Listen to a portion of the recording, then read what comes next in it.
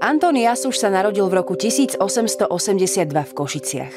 Patrí medzi najznámejších a umelecky najvyzretejších umelcov na Slovensku. V jeho dielach sa presadila jednoduchá kompozícia, spontánne videnie, výjavy bez pátosu, motívy z každodenného života a väčšie farebné plôžky pozostávajúce z hrubých ťahov štetca. Jeho pôsobenie nielen dotváralo, ale v rozhodujúcej miere aj utváralo výtvarný jav, ktorému dnes hovoríme košická moderna.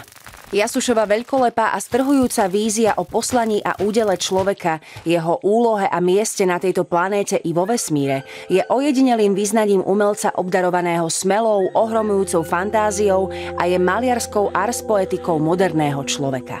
Na jednej strane doráňaného a osudom bitého, plného skepsy a existenčných obáv, na strane druhej civilizovaného, vzdelaného, s ušľachtilými cieľmi a vynikajúcim citom pre krásu prírody a života. Tému Adama a Evy stvárnil autor vo svojej tvorbe niekoľkokrát.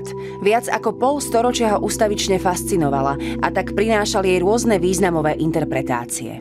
V zdanlivo radostnej a bezpečnej rajskej záhrade sa spokojne usmieva dvojica obkolesená bohatou faunou a flórou, ku ktorej sa však nenápadne približujú hady. Okolo Adama aj Evy je ovinutý páv s dlhým chvostom a krkom, pradávny symbol ľudskej domýšľavosti. Ich pád je tak neodvrátiteľný.